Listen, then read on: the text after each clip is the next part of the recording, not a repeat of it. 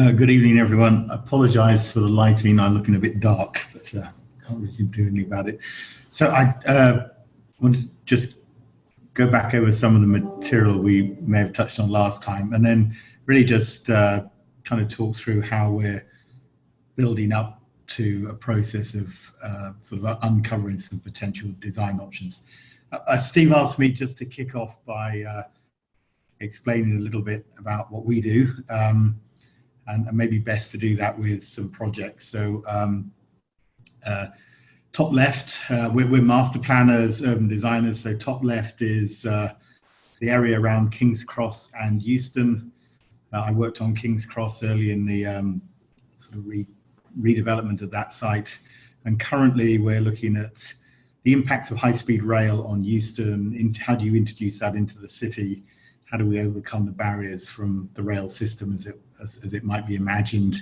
But critically, how do we look at stitching that piece of London back together again, which of course has gone through various phases of disturbance from the rail and canal systems over the last few hundred years. So that's sort of very urban. In the middle there, a couple of images from the Olympic Park in London for 2012. I led the master plan design team for that from about 2003 through to the games, and that was really a project about both enabling the games, but critically enabling the games as a catalyst for long-term regeneration in the East End of London. And that was primarily looking at a huge effort around ecological restoration, sort of the uncovering of the River Lee, the restoration of the wetland habitats, flood management systems and the parks. And then, of course, the provision of rebalanced housing offer, jobs, and then, of course, a big focus on socioeconomic issues to do with the really quite appalling situation we found ourselves in with the sort of indices of deprivation in the East End of London, and what role could this site play in that. Bottom left, two images are Eddington and Cambridge. So this is one we've worked on for many years under many guises. So this is the University of Cambridge, land release from the Green Belt in this instance for new housing, campus, research facilities for the university, new extension to Cambridge, very, very strong green and ecological principles, quite like the Olympic Park. The lake you see here is part of a really extraordinary water collection, recirculation and reuse program.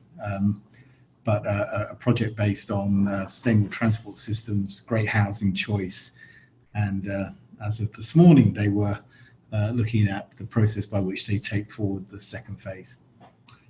And then the bottom right is Al-Ula in the high Saudi desert, and here we are helping set up a national park. This is huge amounts of archaeology, Nabatean remains stretching down from the ruins at Petra in Jordan to do with the spice route. And this is all about restoring wadi systems, elements of the old trade routes, and really a massive landscape and ecological conservation program, of which I suppose the totemic animal is the desert leopard. It's the main focus for, it's the sort of pinnacle predator, I suppose, we have to ensure that survives. So that's a project which brings a lot of themes together, and one we're deeply involved with at the moment. That's probably us there, Steve. So look, I think as we start to think through a design process, I think as I said, Mayor said last time, what we like to do and what we've done with Robert and the film studio team is really just go back to basics of what are we actually trying to do here. And I thought it was interesting as Steve went through the feedback from the public consultation event, and some of the things actually said at the introduction here is that there are obviously strong themes that run through the project area, and then there are a series of sort of contributing components. And so these ideas of place creation and place creation to do something fabulous, which I'll come on to, I think gets backed up by a series of principles you have to run with. And so some simple ones we usually work with is anticipating that this is a place for everyone, that as we look at a project like this, and ultimately we'll get into a lot of detail. So when you look at things like diversity of patronage, who's able to get here, types of people we expect to work here, so the comment earlier about adults with learning difficulties, etc., disabilities, huge part of that sort of complex people piece that you're trying to make work. But ultimately we want a place that's really resilient. If you're going to do this, you want a place that's resilient across all the sort of parameters of how we judge success, but I think critically in terms of how it's designed, how it's built, its fit for purposeness and its flexibility, so it lasts for a long time, that this becomes a place that is adaptable, and then resilient, of course, in terms of energy, sustainability, and all those other things I'll come on to.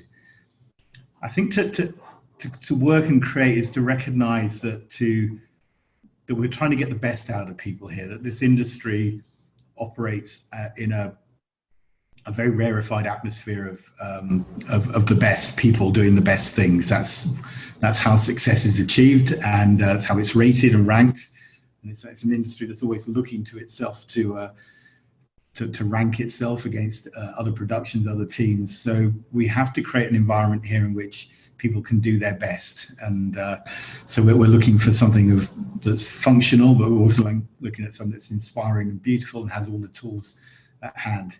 And then finally at the top there, a place to learn and explore. Well, it's an industry which is about imagination and exploration, but critically, and Robert might want to talk to this a bit later, we have to bring people into this industry, and the more we know about this industry, and I'll go through that a little bit in moments, we have to bring, as it were, the young people in, the new people into this industry across this enormous spread of skills that you need.